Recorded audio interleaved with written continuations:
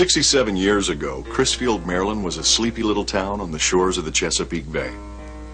The townsfolk were honest, hard-working people that made their living fishing, farming, or working in the factory.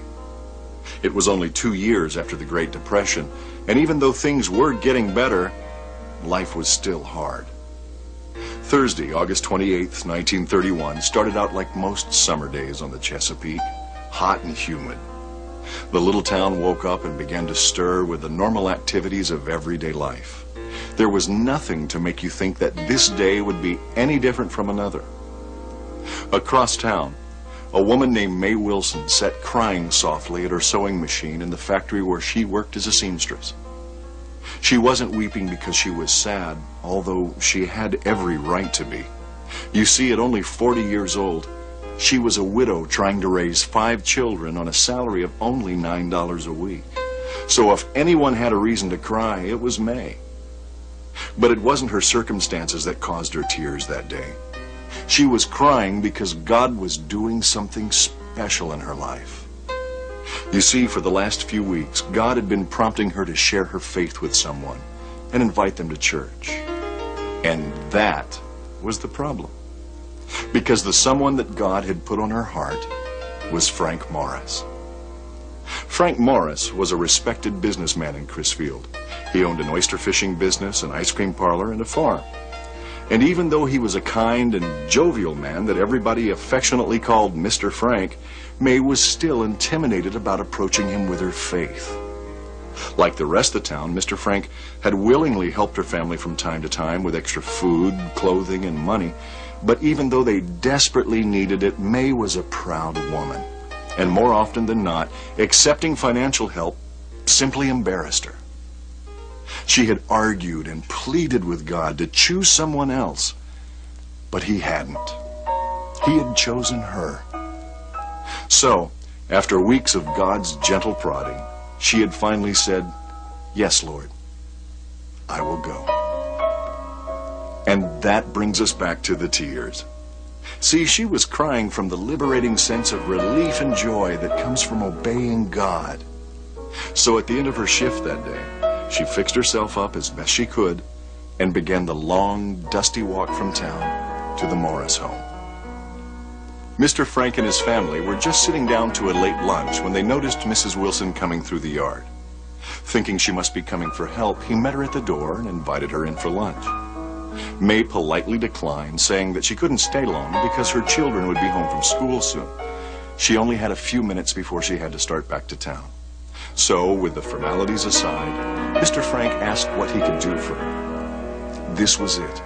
It was time to do what she'd come here to do. She looked him right in the eyes and said, "The Lord told me to come tell you that the Holy Spirit is real." And then she looked away, blushing nervously. Wide-eyed, Mr. Frank said, "What did you say?" Even more nervous, Mae repeated herself, "The Lord told me to come and tell you that the Holy Spirit is real." Mr. Frank stared at her in stunned silence. That silence was deafening. Certain that she had offended him, Mae quickly looked away. Now, Mr. Frank and his family weren't strangers to church. As a matter of fact, they were religious people. But as sincere as they were, their experience was based more on religious tradition rather than a personal relationship with Jesus Christ.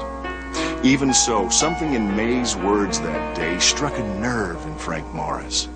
And suddenly it all rang true. So true that it brought tears to his eyes.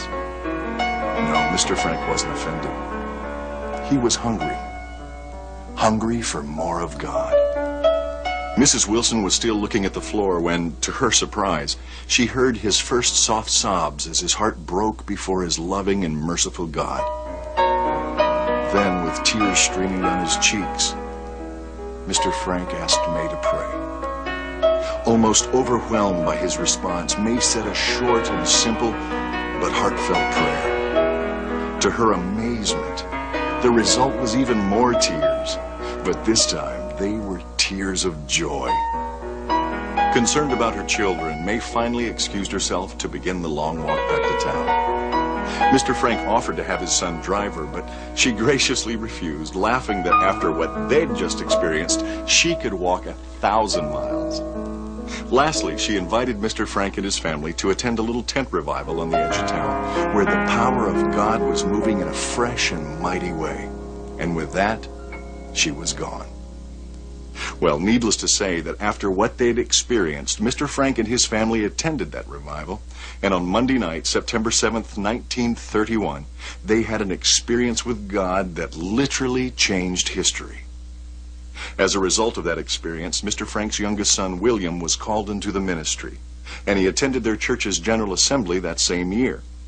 While at the assembly, he met a pretty young teacher from Florida named Mary Bernice Mears. Well, love blossomed, and marriage soon followed. And not long after, William started building churches, and Mary Bernice started raising their family. First came their daughter, Jean. Then their son, Richard. At that point, they thought their family was complete. But 17 years later, they had me. Hi, my name's Gary Morris. My parents were married for 62 years. They pastored 7 churches, started 5 churches, and built half a dozen other churches in the mission field. They have 3 children, 10 grandchildren, and 19 great-grandchildren. As a matter of fact, their oldest grandchild is 44 with 3 children of her own, and their youngest grandchild is my 23-month-old son, William, who's named after his granddaddy. There are 12 ministers in our immediate family and 15 additional ministers in our extended family. That includes nieces and nephews, cousins, and in-laws. And between them, they've ministered on every continent on Earth except Antarctica, using every form of communication known to modern man. Print, radio, television, video, records, tapes, CDs, even the internet. My wife Snowden and I are members of Forest Hill Church. We started attending here when we became engaged back in 1990, and now, 8 years and 3 children later, this church truly has become our home. Snowden works with the children's ministry, and I play drums and bass in the worship team, and I also help produce video projects like this one. Plus, 2 of our children attend play school here. So basically, some part of our family's here 7 days a week. Now just think about this for a moment. All of this happened because 67 years ago, Mae Wilson obeyed God. And I, for one, am very glad she did, because if she hadn't, my mother and father would have never met, and this story wouldn't exist. As a matter of fact, the 27 ministers I mentioned earlier wouldn't exist, and you certainly wouldn't be listening to me right now, because I wouldn't exist. Snowden and I would have never met or married if I didn't exist, so our children wouldn't exist. Isn't that amazing?